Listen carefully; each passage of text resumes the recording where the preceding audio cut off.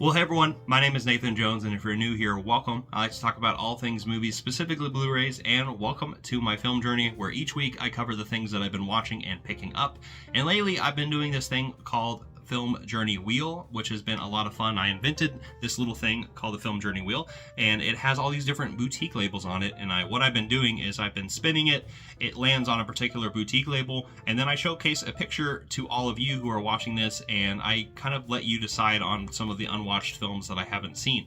Now, I will say, this week we're talking about Vinegar Syndrome, and today we're going to be talking about a lot of titles, and it's going to be really fun to talk about those 21 titles in those 10 releases. But I decided, because I only had really around 10 physical media releases from Vinegar Syndrome that I hadn't seen, that I decided to pick it upon myself instead of showcasing that to you. So with that being said, I think it just depends on the label that it lands on, and so I'm going to be doing different things here in terms of what this looks like. But lately I've been really enjoying this 10 recommendations kick, and so that's what I've been doing. So today we're going to be doing 10 recs from Vinegar Syndrome, 10 titles I suppose, and there's 21 films in there. But with that being said, let's spin this wheel for next week and let's look at what this looks like. And I might have some help from you. We'll see how that goes and what it lands on. Okay, it landed on Second Sight, which recently I just got a bunch of Second Sight films that I haven't seen, so I think this is actually the perfect opportune time to watch those films. So we're going to showcase that here shortly, because I've seen most of my Second Sight titles, but we're going to talk about some Second Sight films next week, so be sure to be on the lookout for that. But with that being said, let's jump into the recommendations for Vinegar Syndrome, because there are quite a bit of titles to talk about today, and so I'm going to be brief with some, and I'm going to expand upon others, ones that I really enjoyed. But before we jump into all of this, I would love to know in the comment section down below what your experience with Vinegar Syndrome is, and like what some of your favorite titles are. I would love to know down there before we jump into these recommendations. So now let's jump into these 21 titles. Let's first talk about a box set that has 10 of them in it. Alright, so this first release I want to talk about is one that I got a couple years ago, and one that I didn't really know much about, but we're definitely based on some recommendations from a lot of my friends, and we're talking about The Lost Picture Show right here. The Lost Picture Show is a kind of a love letter to what Vinegar Syndrome does. And you can see that there's fog on my glasses, and you can tell because of the type of content that is in this disc, in these discs right here. I'm just going to try to evade certain words and evade certain images in here, because Vinegar Syndrome is kind of known for a little bit of some of their adult content, if you will. But there are 10 titles in here. It's kind of showcased in a matinee style. Actually, I think I can show this. There's probably something you can zoom in on there. But it kind of just showcases these kind of underground titles in kind of some newspapers and different kind of promotional advertisements. But here is the matinee of the 10 titles. We have the film Barbara. We have Las Vegas Strangler, Last American Hobos, Voodoo Heartbeat, What's Love, Beware Black Widow, Deep Inside, Rare Blue Apes, Red Midnight, and Violated. And there are some alternative titles for a lot of these different releases, but we're going to talk about them. We're going to just kind of talk about this box set as a collective, because it's really kind of hard to talk about each of these individual films. A lot of them kind of overlap in the softcore territory, and also just kind of showcase these different elements. So I'm going to kind of talk about this holistically and kind of showcase some of my favorites from it. So let's actually see if I can pull out these discs and see what I can show you. Okay, first I believe I can showcase this right here. There's the slipcover. There's another slipcover right there of the releases, but again, there is the matinee with the different disc releases. Now, disc 1, or at least has 3 different Blu-ray discs on it. Disc 1 has a Notorious Mind something of underground cinema meets sexploitation, which won equal praise and condemnation at the time of its release, and that is Walter Burns' Barbara from 1970. And this movie is quite a wild one. This is probably one of the more hardcore ones, if you will, because of what is showcased on the film. And it is really a crazy introduction to this entire box set. I definitely wouldn't recommend it, and I'm not going to really give it a score, even though if you want to check out my scores on each of these films, you can check my letterbox down in the description. But man, interesting film. There are some things in here that I find very interesting, especially for the time period that it came out in 1970, where there's definitely a lot of anti-war sentiment, this hippie movement that was going on, this free love movement. There was a lot of things like that that kind of culminate into what Barbara is. But there is definitely some things in here that I do not like, some bestiality, if you will. But yeah, so be warned about that first one. Now, the second disc has one of the earliest proto-slashers from William Collins and writer-producer Oliver Drake. That is The Las Vegas Strangler from 1968. It's also known as No Tears for the Damned, and it chronicles the life of murderous psychotic Jeff Murray, whose perverted mother obsession leads him to a blood-soaked revenge and rampage across the glitter of Sin City. This is an interesting one. It's, again, around the time period where slashers were starting to become a lot bigger. But this one definitely leans more into kind of the exploitation kind of side of things, where there is that proto-slasher kind of elements to it. And I think a lot of the giallos around this time period would, do it a little bit better than per se this particular release, but it's an interesting one nonetheless. Now, the second disc, or the second title on this, is The Sex Serum of Dr. Blake from 1970, which is, I guess, considered to be one of the holy grails of lost exploitation cinema, and that is directed by Charles Nesitz, and it's his mix of sex and violence. Subsequently re-edited and re-released as Voodoo Heat in 1972. It piles on heart-ripping orgies, blood drinking, boat chases, and much more. This is definitely one of the more interesting titles, especially like visually, because of the different locales that I just mentioned. It definitely jumps all over the place in ways, and can be fun. I feel like out of the first three that I talked about, I feel like it's the most fun. But there's definitely some crazy, batshit crazy things happening in the movie. And then disc 3 has a lost film itself, made from an unfinished film from Carlos Tabalina and Bill Cable's sexy saga of moral pondering, called What's Love from 1987. I think this is the most recent film in this particular box set in terms of year. It combines footage from Cable's unfinished early 1970s epic title What Is Love, with a second shot half from Cable, with playing a reincarnation of his earlier character alongside Sharon Kelly and Ginger Lynn. So there's definitely an interesting thing to understand, like the splicing of these two different projects coming together and kind of just making it more sexy, if you will, and more, I guess, accessible in a way. And so that's kind of what it feels like with that. And then the last thing on here is The Last of the American Hobos from 1971, which is a pseudo-documentary, if you will. It's definitely very staged and definitely feels a little hokey in the way that it's presented, and that's definitely something I would mark against it, because of the fact that this is all pretty set up and it's trying to showcase hobo as like a lifestyle, which at this time in American history was a little bit more, I guess, obtainable. But now homelessness is definitely, something that is a much more serious thing, and a lot of the times people are not put themselves in these situations. But it kind of glamorizes that hobo lifestyle in a way, and kind of sexualizes it in a way. And it's interesting. It's probably one of my least favorite films in here, but it's directed by Titus Modi. It came out in 1971 and kind of looks at Americana in this, that time period I was talking about with Barbara. This, kind of free love and this hippie movement that a lot of people were kind of escaping to, if you will. And there's definitely some grifters, if you will, in this particular film. And now there's also some extra special features on here with introductions of each of the films by different people who work at Vinegar Syndrome. And I think this is where the crux of what I love about this particular box set is. I know I've been kind of shady, or kind of iffy about some of these titles, and I definitely wouldn't recommend watching them without the context, because a lot of these films are not great. But this being said, we're gonna jump into the special features on disc 2, which actually is kind of the heart of the entire box set that I think is what makes it so fascinating, and that is this documentary that they have on here. There's disc 2 right here, and this has a Against the Grain, a full feature-length exploration of home video studios and their efforts to recover and restore lost and forgotten genre films.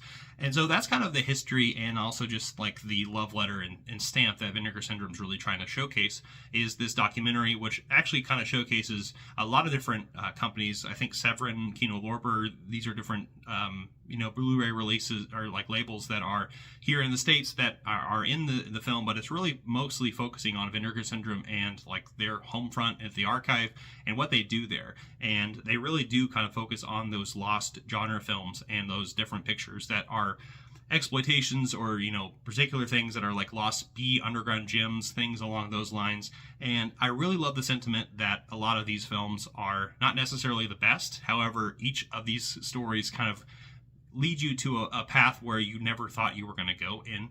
And also, I think every single one of these stories has a something interesting, or at least something thought-provoking to talk about, or at least showcase in a way, and kind of just showcases a slice of that American history, because a lot of these films are American in that way. There's one that actually is a co-production, which we'll talk about here in a second, one of my favorites on this particular release. But I love this documentary, and it's definitely the reason why I wanted to get this box set. It's unfortunate it's not like separate. It might be separate, I don't know, but it's a really, really well crafted documentary, and it is a love letter to physical media. And for everyone who's watching this right now, this is a documentary I highly recommend for everybody. Now, there's another bonus feature in here called Deep Inside Vinegar Syndrome, which is a brief walkthrough of the Vinegar Syndrome headquarters in Bridgeport, Connecticut. And it is also amazing. It's like, I think 5 or 6 minutes. It's not that long, but it really does just kind of showcase the backdrop of, you know, who are all the people who are involved at the company. And it showcases the back rooms and like the vaults that are temperature controlled, and has all these different reels that, you know, have all these different lost and exploitation films that are in there. And so it's really fascinating to kind of just go through a walkthrough. I want more of this kind of content. I would love to see this through Criterion or from Kino Lorber or Arrow or Second Sight. I don't even know if any of these places have like storefronts necessarily, or if they're just office spaces, but it's always really fun and fascinating to kind of get a little bit more behind the scenes with the types of things that we're, you know, I guess consuming, right? All these different releases that we have around us. But anyway, great documentary and bonus feature on this. But let's actually talk about the other 5 films here.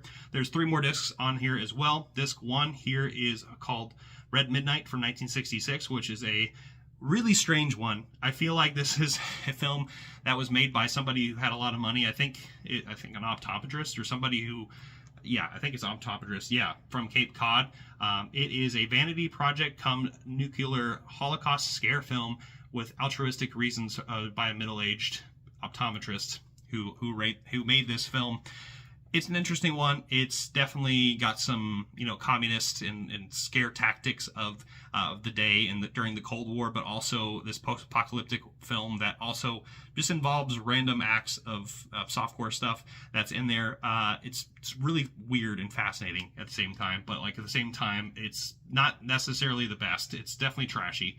But disc 2 is an almost impossible to describe kiddie musical, which is the thing I was going to talk about, shot in Malaysia and by veteran sexploitation director Don Greer.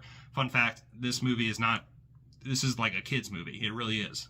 So it has nothing, it's weirdly put in this box set, but it definitely is a fun one. But it is The Rare Blue Apes of Cannibal Isle, and this is from 1974. It has several titles on here, but it is more of a film that you got to watch to believe what it is. I can't describe it. It's a kid who has this duck called Mr. Quack Quack, and he gets set on this adventure to Cannibal Isle, where these different animatronic type of people, who are definitely just people in different suits, very much like Chuck E. Cheese in a way, but they have alligator suits on. There's a blue monkey, which is his friend, and they do sing-along musicals together. It's a fascinating film, and I definitely recommend watching it with friends and just having a good time with it, because it is a wild one. But jaw-dropping barrage of singing crocodiles and monkeys, deadly and psychedelic booby traps, barren hellscapes, and a lovable duck named Mr. Quack Quack. We guarantee you've never seen anything like it. I agree with that, and it's definitely one of my favorite films on here besides the documentary. And this other film that is also on here from 1973 is called Violated, has another name, but it actually is from an Orson Welles collaborator, Albert Zugsmith, who wanted to make a kind of a revenge story. So think of I Spit on Your Grave, but definitely more low budget. That's what this movie feels like. And then there's disc 3, which has 2 more titles from 1968, respectively. The first one is Beware the Black Widow, which is actually kind of a really fun film here from Larry Crane. It has definitely some TNA in here, but it feels like a noir of sorts, and I feel like is one of the more stylish types of films that are in this particular box set compared to a lot of the other ones. So it's definitely sleazy, still sleazy. And the last film we have here is long considered one of the most acclaimed erotic filmmaker Joe Sarno's most important yet lost films, Deep Inside from 1968, as a steering coastal character drama anchored by one of Sarno's finest screenplays. So this is an interesting one. This is an interesting one. I pair this with Barbara in a way, with some interesting SC, softcore things going on, but it's not necessarily the most fascinating film in here. But I think it has a lot of history, and there's this film has popped up in different films, like the poster of it and things along those lines. And so I think it was very, very influential when it came out during the time that it was made. But overall, this set is very, very fascinating. It has quite a bit of films that I definitely would not recommend to the normal common person who was just loving movies, but I feel like this is a facet of cinema that I think is something that I don't really know much about, but is something really, really fascinating nonetheless. And I'm really happy that I actually have this, despite all of the kind of the negative things that I've talked about with this particular box set. I feel like this is something that is a weird outlier in my collection, but at the same time captures the spirit of Vinegar Syndrome. So this is a movie box set I would recommend for people, but I definitely would be cautious if you're not into stuff like this. I completely and 100% understand it is not something for everybody, but this particular box set I really enjoyed. I watched this over kind of a 3-day period, and I really enjoyed what I was doing, even if I was, fascinated by kind of the buffoonery and kind of batshit crazy things going on in it. But yeah, check out Vinegar Syndrome's The Lost Picture Show if you want. Definitely don't recommend it, and I do at the same time. It's a weird one. All right, so let's get back to normal stuff here, or at least for just a bit, I suppose, to a film from the 40s, which I was actually really, really surprised that Vinegar Syndrome put out, and that is The Cat Creeps. And here it is. Here is the Universal release right there. I really love the slipcover. It will scare you out of your skin, and it has in its eyes a murderer's secret right here. So this movie right here is a really fascinating one. It came out in 1946 and it's only 58 minutes, which is perfect. I love that. I want more movies to be 58 minutes or 90 minutes or something along those lines. But this is pretty much a whodunit with a cat at the middle and a haunted house. This came out in, like I said, 1946. So Universal was putting out quite a bit of these types of titles out, and definitely has, this movie in particular has a lot of Val Lewton kind of shadow work that I feel like is, definitely utilized in here a little bit. And you can also see something like the Catwoman, right? But this movie is really, really fascinating in a lot of ways, but at the same time, it's kind of just one of those, kind of gems from this time period that I think a lot of people, if you want to watch this on a Saturday afternoon, a matinee type of film, this is the movie I would recommend for people to check out. It's a movie I really enjoyed, even if it's not that long. It is straight to the point. It cuts a lot of these corners out, and the whodunit plus some of the great scares and atmosphere in this movie make it really work, and I really enjoyed it for that reason. But I definitely recommend people check out The Cat Creeps, especially as October is coming around. This is definitely going to get me into the spooky mood one. We're going to talk about some spooky movies today, so don't worry about that. And I definitely would recommend people check out this movie. I'd give it a 3 out of 5. It's a movie that I would recommend people at least watch, or at least if they can, stream it somewhere, or at least own. So yeah, I love The Cat Creeps, and I hope you do too. All right, so continuing with the horror film, let's now go to Cemetery of Terror from Ruben Galindo Jr., who is in his directorial debut. This is a movie I was recommended a long time ago, and I definitely missed the train on the limited edition slipcovers, which, fun fact, I'm not really that into slipcovers. It's fine if I don't have it. I care about the movie.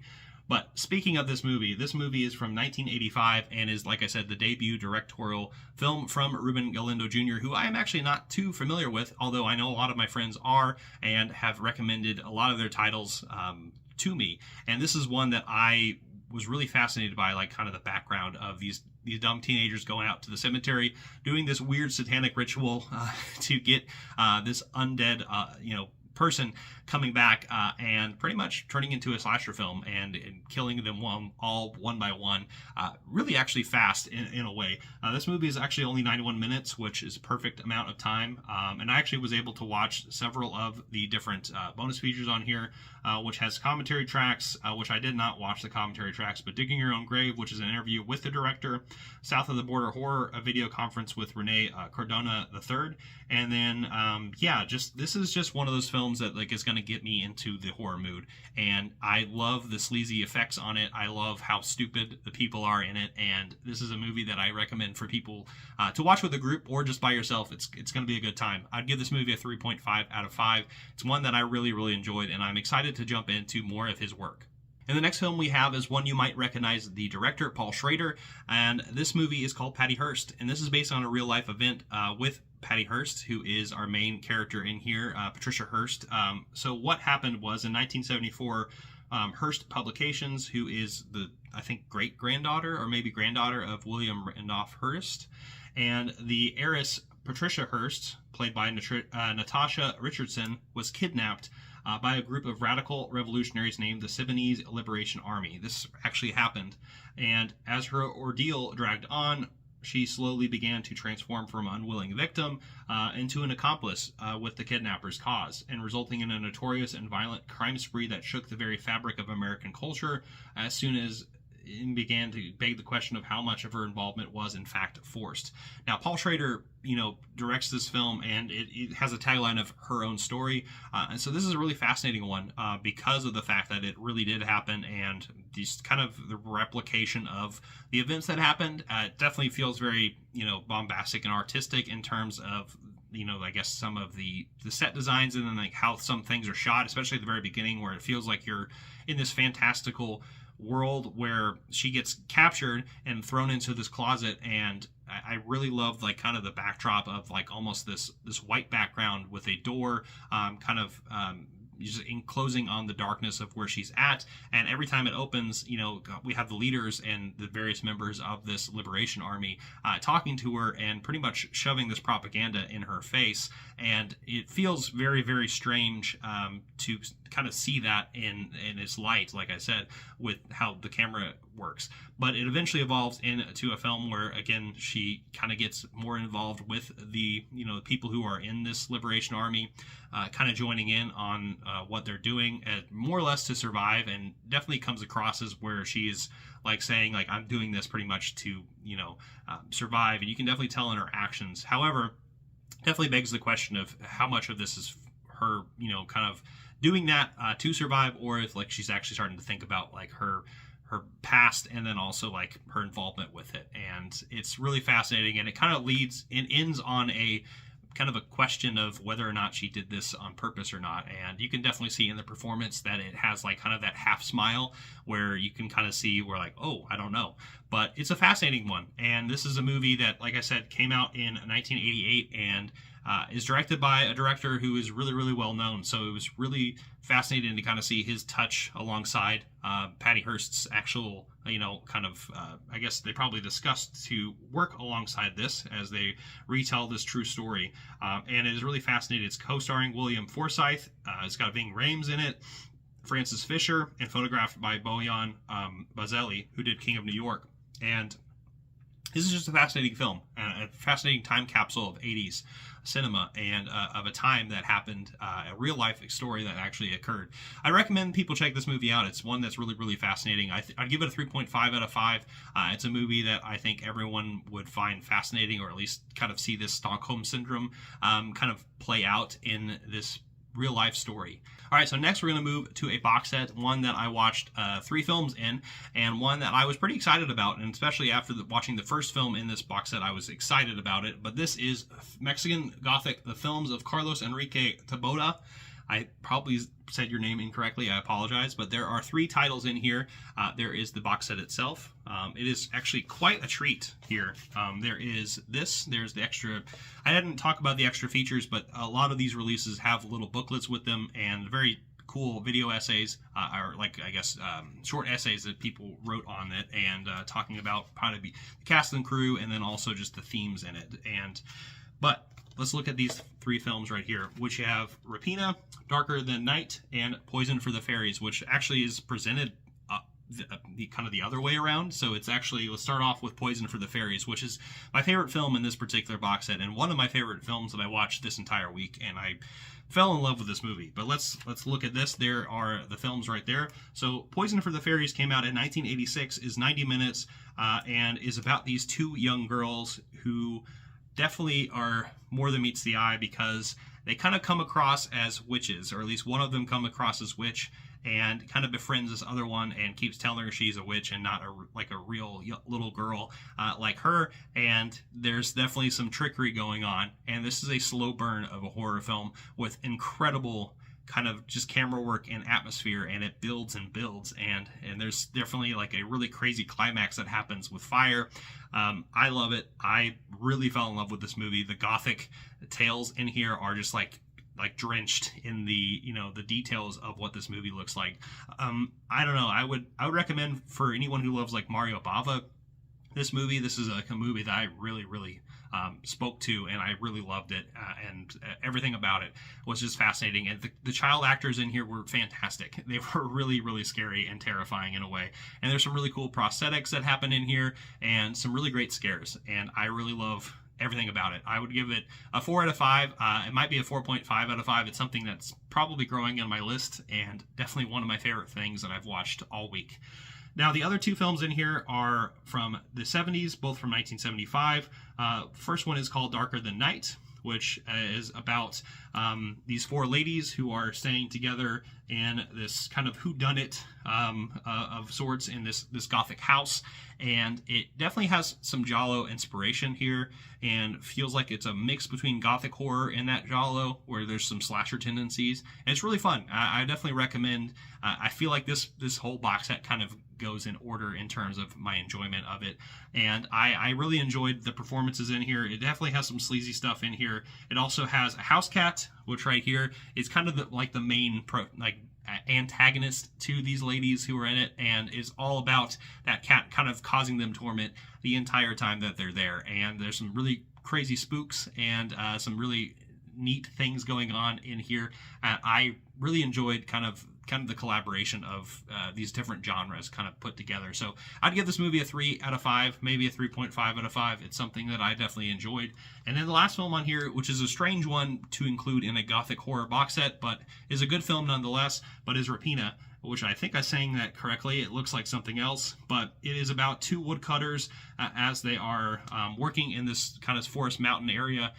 One of them witnesses a plane crash and actually goes to investigate it, finds and pretty much raids the plane crash, and gets all of the treasures and trinkets and different things from the dead people who are no longer with us. And it leads to something that is really damning in their own life, and it leads to some tragic consequences around the society that they live in, and also just thinking about the lifestyle. So this one's more of a thinker, but definitely not a gothic horror tale.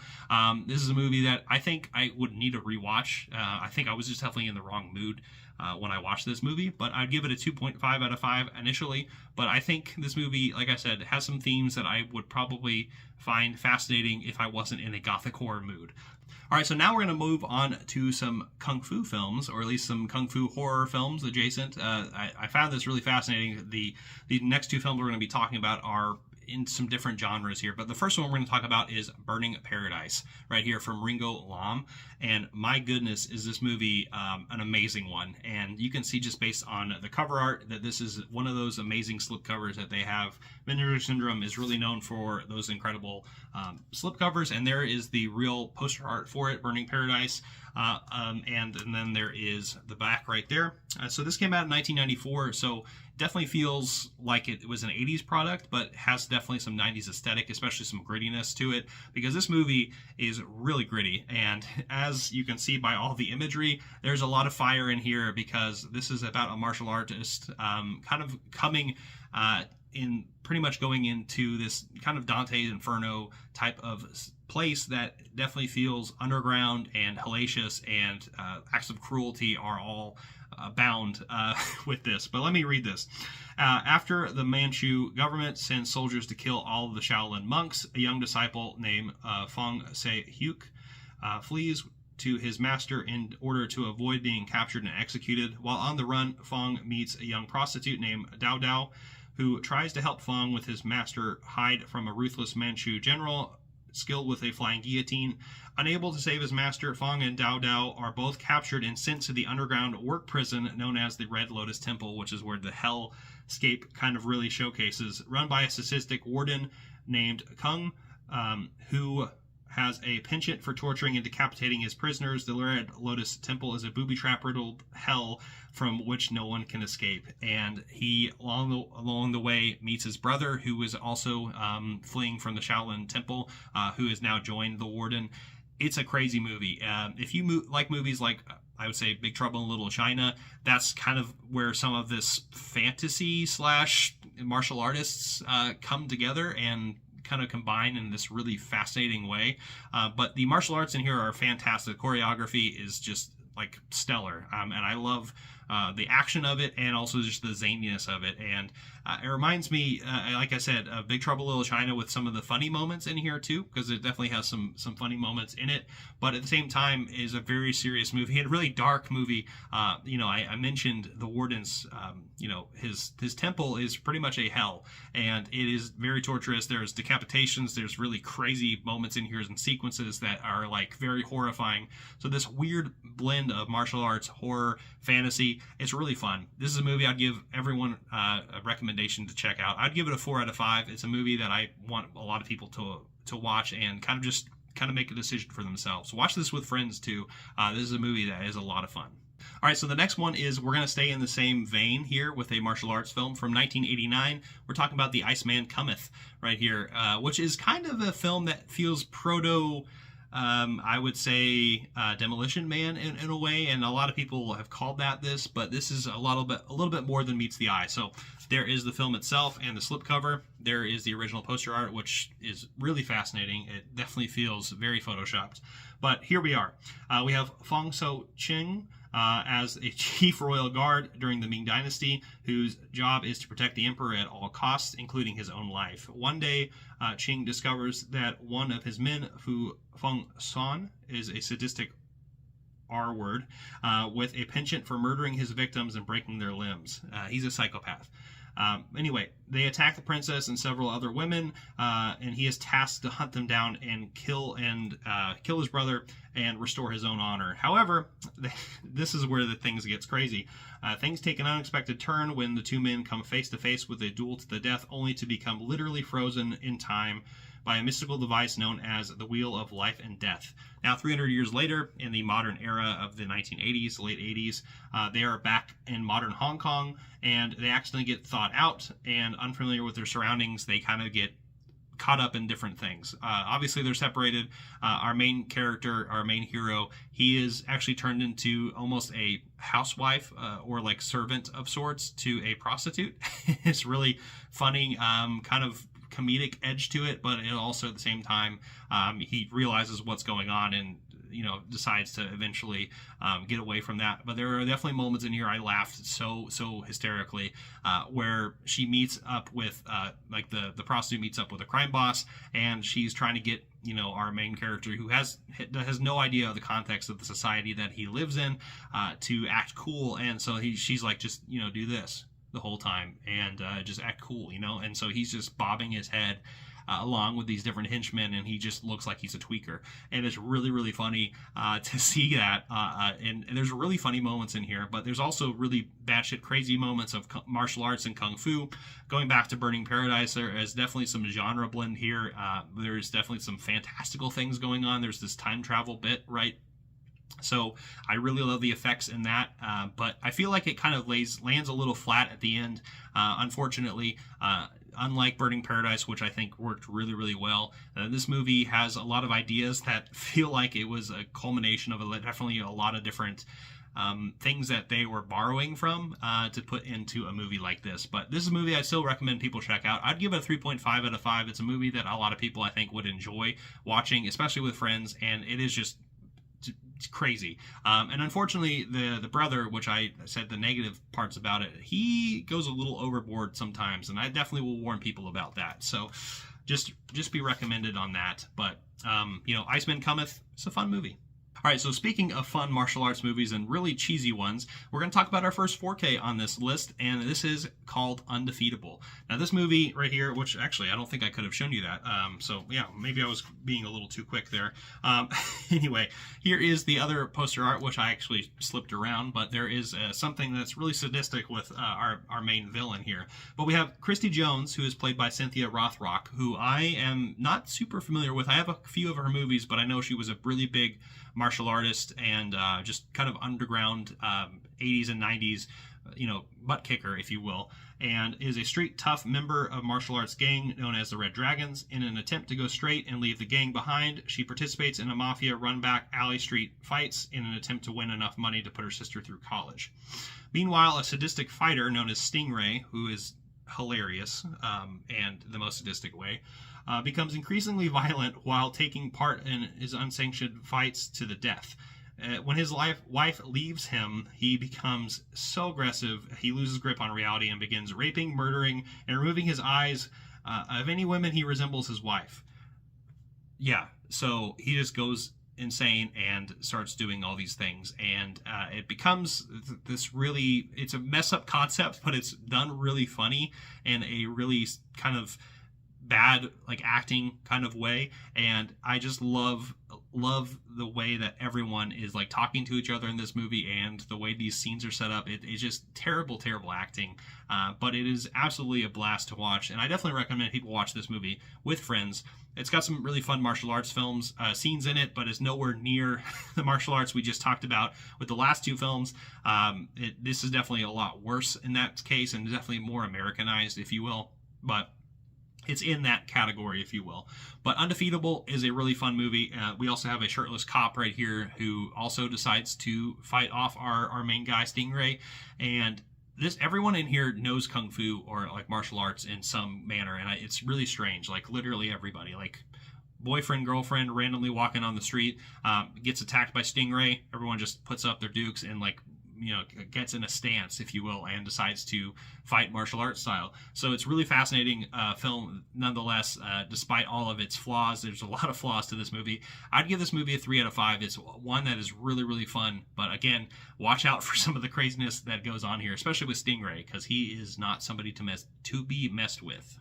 And the next film we have here is one that I have seen, so pardon for not having watched this before, but I decided to rewatch it, and it's been several years since I've seen it. But we're talking about the film Fade to Black, which is actually one of the first titles I had on Vinegar Syndrome, and one of the first titles that was kind of pulling me in the direction of this particular label. And this is a horror slasher movie, if you will, but drama about this guy right here, Eric Binford, right here, right there, you can see him. He lives for movies, and sometimes he kills for them too. Now, this guy is obsessed with movies, and this is where I felt a little okay, wait a minute, that's me. And also a lot of people who are watching this. Are we this crazy? Well, apparently he lives with his aunt, and his aunt hates him, and hates him to death, and she's wheelchair bound, and there's this movie memorabilia everywhere. He's talking like he's in the movies all the time. There's there's a lot of cuts of splices of images from the movie, a lot of the different movies he's referencing, and I think that's why this movie was actually really hard to come out on, especially on physical media, because of a lot of the rights issues, because there were so many different movies that are referenced in this particular one. But it's really fascinating because eventually Eric decides enough is enough. He's a weirdo, but eventually kills his aunt and starts going on this killing spree because he's obsessed with this girl that he met at this random diner who looks a lot like Marilyn Monroe, and he just starts doing these random things. He dresses up like Dracula. He dresses from the Universal films. He also dresses up as the Mummy, and he starts one by one kind of enacting revenge onto all the people in his life that wronged him. And it's fascinating. He works at a film restoration place, which is fascinating because Vinegar Syndrome, we just talked about it with the Lost Picture Show. So it's fascinating to kind of see that done in a movie. But this movie came out in 1980 and is 102 minutes and is just one of those things that I just really enjoyed. There is kind of the image here. This is just a really fun slasher movie, and also just like I said, if you love movies, this is a movie that is for you. But just don't take it very literally, because again, a lot of us are losers, a lot of us are neckbeard losers, but at the same time, don't turn into Eric. Don't start killing people, because we live in a society, right? So I definitely recommend people check this movie out. I'd give it a 4 out of 5. I really enjoy this movie, and I've seen it, like I said, a couple times now, and definitely would recommend everyone check this movie out. And the last film we have is a 4K release that I found randomly used, and I'm so happy I did. I got the box set of Flesh for Frankenstein from Paul Morrissey, and this is the box set that has both the 3D and the Flesh for Frankenstein version. I don't know how much I can show. Okay, this is good. We dare you to see the Flesh for Frankenstein right here. This is a very fascinating Frankenstein tale. So this movie came out in 1973. It is 95 minutes, and it has very fascinating people in here. We have Paul Morrissey, who directed Mixed Blood, also Flesh for Dracula, or Blood for Dracula, another Vinegar Syndrome title that I have, and is, or maybe it was a Severin title. I think it's a Severin title, but regardless, this movie is one of the original and transgressive interpretations of Mary Shelley's classic novel, with an exceptional cast of Udo Kier, who's from Suspiria and Mark of the Devil, and might be his most iconic performance. I would happen to agree. I mean, I've only seen a few of his films. We also have Joe D'Alessandro from Crybaby, Monique Van Voren from Sugar Cookies, and Italian child star Nicoletta Elmi, who is in Deep Red. It also has a soundtrack by Claudio Gizzi, who did Blood for Dracula, and this is a fascinating sexploitation type of Dracula release. Or at least we have Udo Kier, who is Victor Frankenstein, I believe, in like his name, but he is doing these different experimentations with these different human bodies, and he is like sexually obsessed with, you know, dead corpses, and then there's some necrophilia going on here. It's a very weird movie in that regard, but also there's a lot of, you know, interesting things that are kind of going on behind the scenes with this particular film, and I find this particular adaptation very fascinating because of its sexual nature and its obsession with flesh, if you will, and there's even a lot of gallbladder action, which is hard to watch, but at the same time, after what I went through this entire week, I feel like I can stomach it now. But this is definitely a movie I would recommend people check out. If you are a fan of the Frankenstein story, obviously a lot of people are going to be really excited with Guillermo del Toro's Frankenstein that's about to come out. Obviously, this is very different. I've seen a lot of different adaptations, the Hammer ones, the Universal, you name it, and these are just a lot of really fascinating releases. I haven't actually explored the special features on this particular release, but this is just a fascinating box set nonetheless, filled with a lot of different body parts and some stitches and very sexy but also nasty work. Definitely a movie I would recommend people check out. I'd give it a 3.5 out of 5. It's one that I need to probably explore a little bit more in the history of, and watch the special features, and also just maybe watch the 3D version. There's a really cool scene at the end with a spear lunge, and you can kind of see it, I think the gallbladder at the end. You'll know what I'm talking about when you watch it. But yeah, check out this movie and all the films that I just talked about. I hope you enjoyed those different titles that I talked about. Obviously, there's a mixed bag of recommendations there, but I hope there's something for everybody who is watching this video. I know it's a long one, but check out next week while we recommend 10 recommendations from Second Sight, and let me know before you go away down in the comment section down below some of your favorite Vinegar Syndrome titles you've seen. And thank you so much for stopping by. Give it a like, comment, share, hit the notification bell, subscribe, and I'll see you next time. I'm not jonesing around.